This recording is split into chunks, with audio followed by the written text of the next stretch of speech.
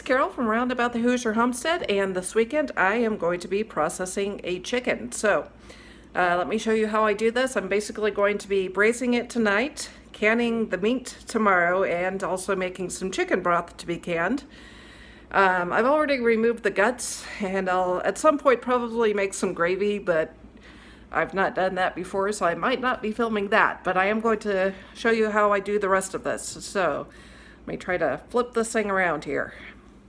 Okay, so the chicken guts have already been removed. Let me just add my other ingredients here.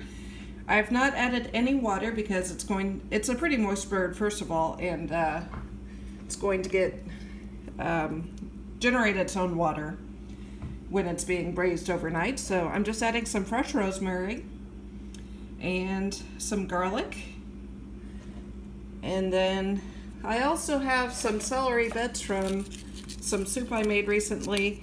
The vegetables and the herbs are not going to be eaten. They're just going to be used to flavor the chicken. So I'm not too concerned about the fact that they're not necessarily edible, with the exception of the carrots. But again, those are going to be against the raw chicken for a while. These are some onion bits and onion skins. When you make onion broth, you use the skin, so I just happen to have some of those on hand. Put the rest of those in there, and then we'll also add some carrots. So yeah, that will all be used to flavor the chicken tonight. Just going to see if I can get the lid on. Braise it on low. So go ahead and turn that on. And then tomorrow we can pull that out and start canning. So talk to you guys later. Okay. Good morning. Okay, I have my jars all full. I have 4 pints of beans and 3 pints of chicken, so about 3 pounds is what I got from that bird, which I find is about accurate.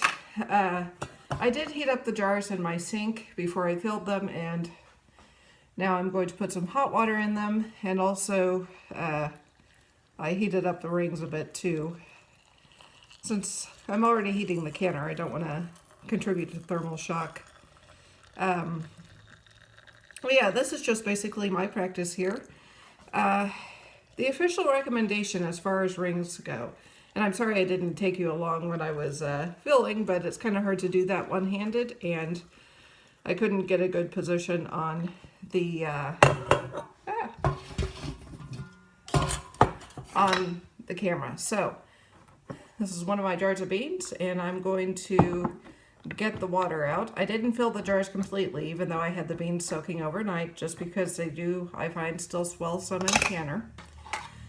But what I was going to talk about with regards to lids, the recommendation is to only use new lids. Now, this one's going in the canner. I have found, I don't like being wasteful, but I have found I can find other uses for lids. If you don't want to throw them out and you want to follow the rules, what you can do is set them aside after you have used the product and you're getting ready to wash the jars, because you can reuse the jars and the rings. But if you want to reuse the lids, what I do is I put them in the same drawer where I keep my rings. And then if I want to store something on my shelf or in my fridge that I'm not going to be pressure canning, I can use, I've already wiped the tops of the lids, just in case you're wondering. I know it doesn't look like I'm following that rule, but I assure you it's already been wiped. So anyway, and I will re-wipe the ones with the chicken. But what I was going to say is I sometimes store things on my shelves that I like to keep in mason jars. Same thing with my fridge. And what I can do is take one of the used lids, put it on, seal it up with a ring, and then, you know, it's just a nifty little storage container. So, and then, yeah. What was I about to say that again? I don't know. Okay, so I'm going to re-wipe the chicken lid just to make doubly sure. Bean one should be okay. Now one should not seal. But yeah, that's if you feel wasteful, that is one alternative. You can just save them for doing something that doesn't involve canning. Anyway, this is, I've already debubbled. This is one of the chicken jars and another one of the beans. And I'll bring it back when I'm getting ready to set up the canner. Okay. All right, so I got the jars in the canner. The canner's been sealed. Now we're going to wait for the vent release valve to pop up, and then I will add the weight. It usually takes, I find, even though I heat my canner up in advance, typically takes around 10 to 15 minutes sometimes for the vent release valve to come up. So just one of those things you'll have to keep an eye on. Now, one thing I forgot to mention is that I don't typically, if I'm raw packing chicken, I will try to clean this up here. If I'm raw packing chicken, I won't add water. However, this chicken, of course, was raised overnight, so I added the water to it to, I always create a mess, to keep it a little moisture. I know some people don't like that word, but can't think of another one, in the canner, so that way it comes out okay. It's not going to be too dry.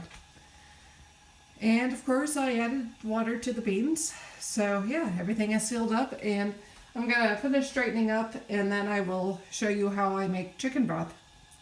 Alrighty. Okay, so while I was getting the broth ready to go to film that, the vent pipe popped up. It is now 10:45, which means at 10:55 I will put the weight on. Based on where I am, that is a 10-pound weight. I don't have the dial gauge canner or any sort of gauge. This is a cheap Presto canner, but you know what? It works really well for me. It's a small one. I'm a single gal, so I don't need a lot of food. Well, a lot of food packed away relative to my size family, given that I live alone. So anyway, yeah, I'll let this continue venting for 10 minutes. I'll put the gauge on it, and once the gauge starts rattling, that's when you start timing. And for both chicken and beans, pint jars, it is 75 minutes. Okay, now let's go work on the broth. Here we are with the broth. You can still hear the canner going in the distance. This, I'm not going to really measure much of anything when I put it in. There's a little bit of kosher salt. Also going to put in some pepper. There's still some meat on the birds. Some meat on the bones, excuse me. Meat on the birds, yeah. No, meat on the bones. So that is going to help flavor things. But the bones are the main thing in this broth. It's not going to be true bone broth because I'm not going to wait the full 12 to 18 hours, but yeah. It's still pretty good. I've always made it after 8 to 10 hours is when I can, and I find it works just fine. There's some raw organic apple cider vinegar. Now, one thing I'd always heard is that you want to add wine to your bone broth. I'm not sure why, but who am I to argue with tradition? Let me open this up and pour it out. Okay, slancha and skål. Oh wait, I think they meant to add that to the broth. So we will go ahead and actually do that. Okay, now we're ready to go. All right, so it is almost at the 10-minute mark. In fact, it just got there. I'm gonna put this weight on and let it go. Actually, the timing officially starts when this weight starts jiggling. So I'm not gonna start the timing yet. When the weight starts jiggling, that's when you start timing it. And again, after 75 minutes, you turn the oven off, and then you don't take the weight off again until the vent release valve goes down, which in my canner usually takes around half an hour to 40 minutes, depending on how long whatever it is has been cooking. Since this is 75 minutes, probably it's going to take a little while longer. Right now the temp is between medium and high. After it starts jiggling, I'll probably adjust it down some, and throughout the cooking I'll adjust it till it gets down just below medium, because I don't like to overcook things, and since there's no dial on it, I can't really tell if if it's climbing above the pressure that it needs to be. So anyway, I'll bring you back when I'm getting ready to take the jars out. Okay, bye. Okay, so the canner has cooled, the pressure gauge has dropped. I removed the weight and I've let it cool for about 10 minutes. And I'm going to attempt to remove this lid one hand.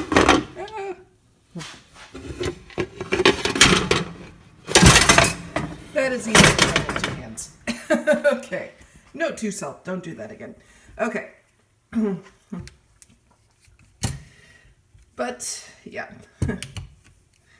Just one of those filming errors. Anyway, I will now take these out of the canner. And this is one of the jars of beans.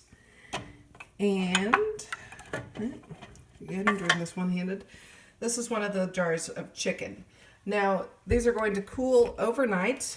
I ended up, I think I might have mentioned this, with 4 jars of beans, 3 jars of chicken. Again, if you raw pack chicken, you don't have to add, put these all in the same row. Oh, they're already sealing. You don't have to add water, but since these were not raw packed, since I cooked it overnight to get the bones ready to make broth.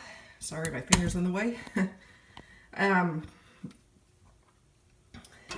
I did add some water to the chicken. So, again, if you're raw packing, don't need to add water. If you're hot packing, water's good. We like water. Okay, so there we go. There's the 4 pints of beans and the 3 pints of chicken, and sorry for all the issues getting the lid off. And I will bring you back later this evening after I make the broth. Okay. Alright, so just wanted to film one final video kind of going over the broth production. I ended up with 5 pints and 1 12-ounce jar of chicken broth, and 1 pint, 1 pint and a half, and 1 quart of onion broth. So that is my canning result today. Let's see, so the 3 pints of chicken, 5 pints plus 1 12-ounce jar all came from 1 single whole chicken. So I think that's a pretty good result there. And then of course just some extra stuff to fill out the canner. And that's it for my chickeny weekend. Hope everybody's weekend goes well, and I will talk to you guys later. Bye.